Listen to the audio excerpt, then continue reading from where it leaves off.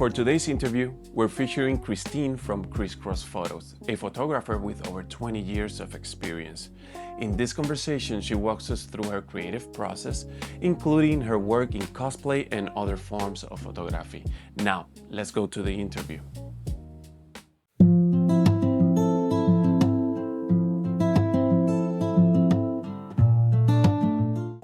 How are you doing today? Good morning. It's a little bit chilly here. Yeah, it's a little cold. It's nice for me. I'd like to do this with you.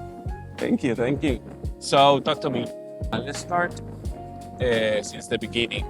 Just explain to me a little bit, how did you find photography? So I actually have a family history of photography. My dad's father was a photographer.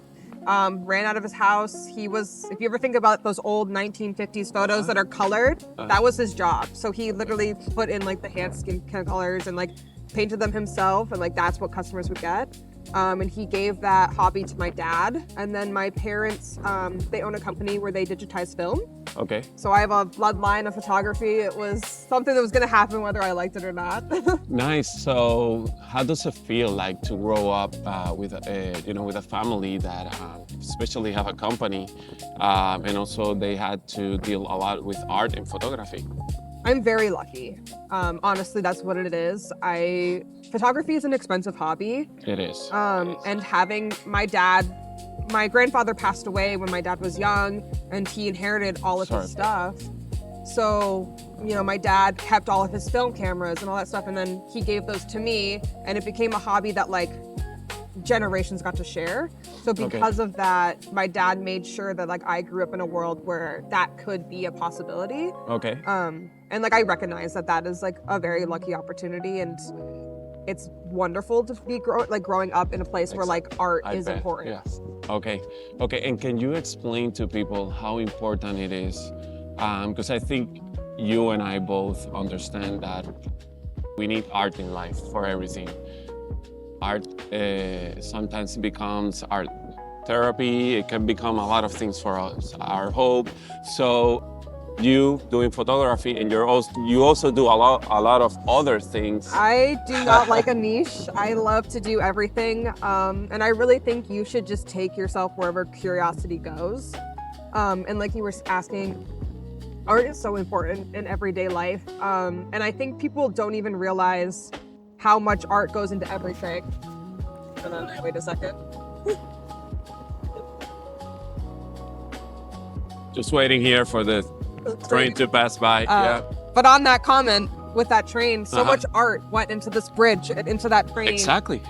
And the world doesn't work without art. To some people, I know that might sound silly, but like we are so rooted in art. Like even if you look back into our as old as humans can go, like we were making sure we were leaving our art, our marks everywhere with just handprints on caves. Exactly. Like it is in our DNA to do that. Exactly. Now, going back to your story, so what was your first camera? My first camera, it was a Canon film camera, and it was my dad's in the 80s. Okay. So I was 6 years old, and my dad handed me a camera and said, "You're gonna learn how to do this." And then when he realized I was pretty good at film, which is saying a lot for a 6-year-old, because film is not easy. Not easy. And you're trusting a kid with a lot of money because film is not cheap. Yep. He got a Canon digital camera. Okay. Like a DSLR. This is a Sony, but I started with a Canon. And he would just take me out, and that was how we bonded. We would just have daddy-daughter dates, and we would go photograph together. Perfect. That's beautiful. And how did you manage to find your style? How did that happen? So in high school, I was in photography. It was my main elective. Every free spot I had, I was taking photography. And I had this really wonderful teacher at Red Mountain High School named Miss Now. I credit a lot of my stuff to her. She really just kind of trusted me. And she said from like a really early age, she's like, "You understand your aesthetic." She was like, you had an eye. And I do think like that. Yeah, that's something that cannot be taught. That's something that you can learn it, but there's just some people that they're just born with it. It just clicks, yeah. And like, obviously she helped me like learn how to like make that stronger. but for me, like I knew from a very like young age, like I loved like a very simple, clean shot with a like focus in the front, very fuzzy in the back, so low depth of field. Okay. And I've also like my entire life, I've always like loved things that are like lost and forgotten. It's like a big theme I put in all of my work. So I do like a lot of urban exploring, which is like abandoned buildings, or even just like when we go, me and my partner go on a walk, like I'm looking at like the little things that other people aren't noticing. So, you know, maybe that's like a daisy growing out of the sidewalk for a cliche thing, or even just like a hidden pipe that doesn't work anymore that's covered in leaves. Like I love those things. I'm the same way. Every time I go a place, I'm always thinking of shots. Oh, this is a shot. This is a shot. Yeah. So that's interesting. So you started on film. How does that background still influence how you shoot today? So shooting with film, if you've never shot with film before, you have to be incredibly intentional because every shot costs you money. Exactly. When you grow up on digital, you don't really think about that because you're like, oh, I'll just get 200 shots and I'll find the best one. When you have a film camera, you have like 35 shots. You better make every one of those count. So when I'm looking at something, like I'm very intentional. Wait, I'm trying.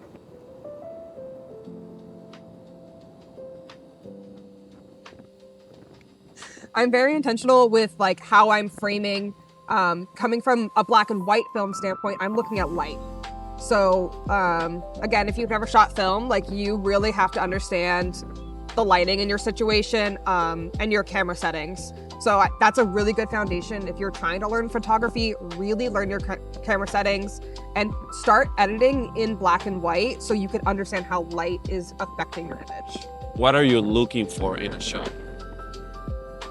So because what we did today was cosplay, it's really important, one, face. I want their face beautifully lit. And then I'm also paying attention to what their characters are. Okay. So obviously one of the characters we did was Jessica Rabbit.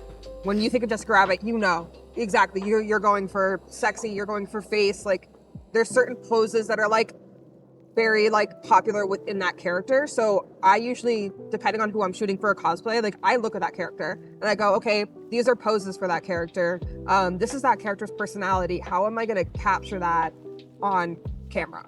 Okay. How do light and depth change the emotional feel of an image for you? Light and depth. So with lighting, it really can tell a completely different story.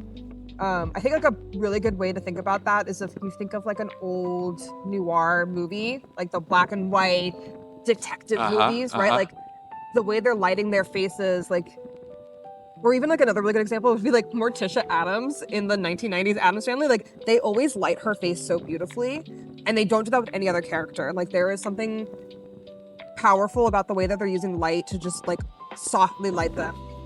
Or again, like in superhero movies, they tend to use more harsh light because you're getting more angles. Like you could tell like really softer is more feminine, and harsher is more masculine. And there's a lot of storytelling just by like that.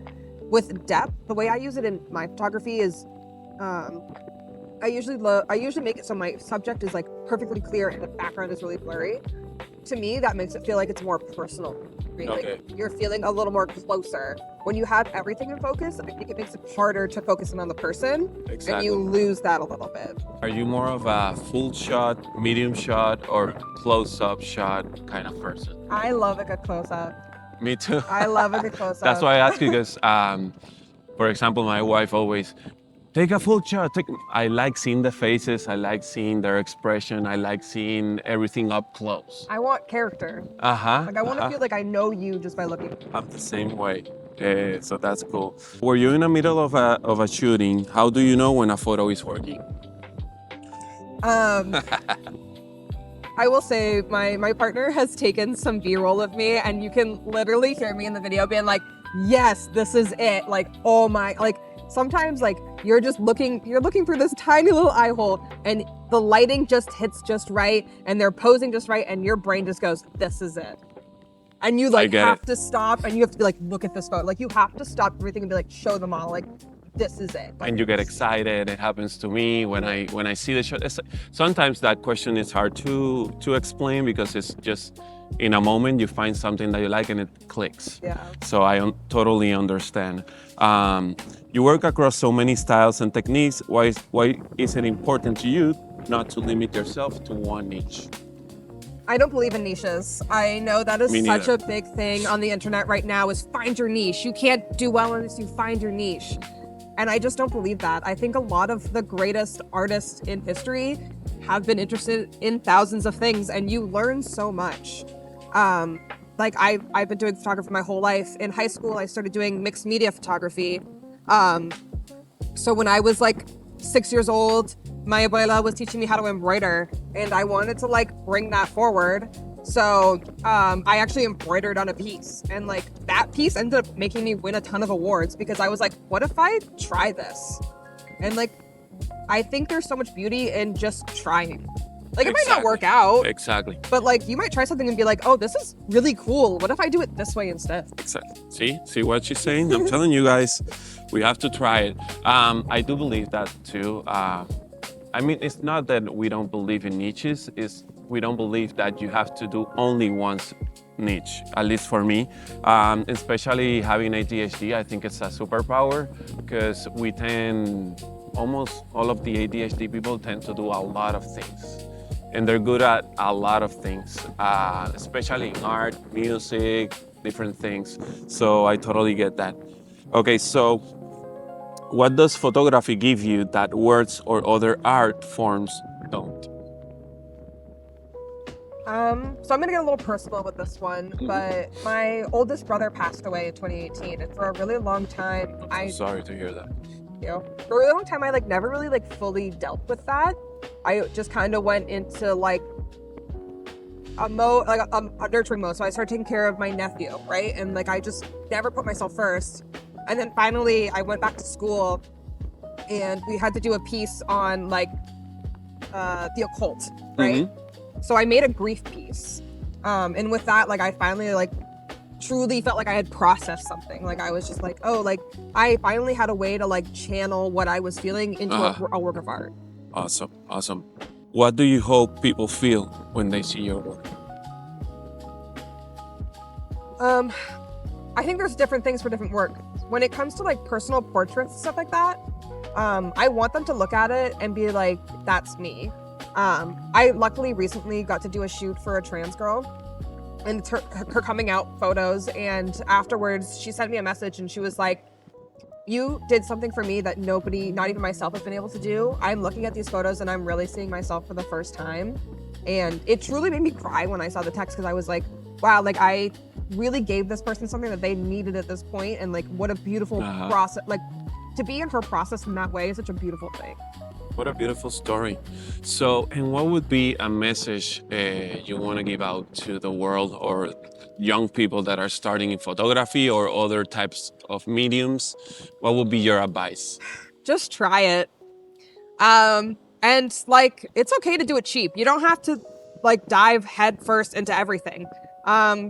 If you have a friend who has a camera, ask if they can use it.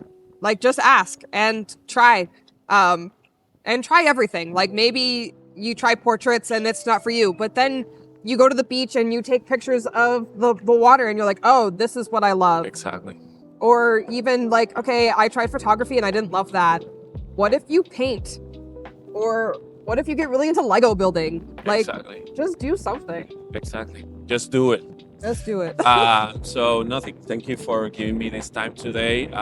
Even though we're freaking cold here, we're dying of cold here.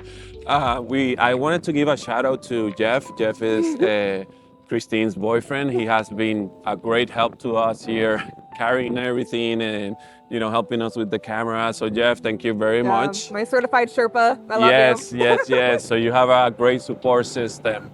So nothing, this is Alejandro with Inside Talks, and I'll see you in a little bit. Thank you. Thank you.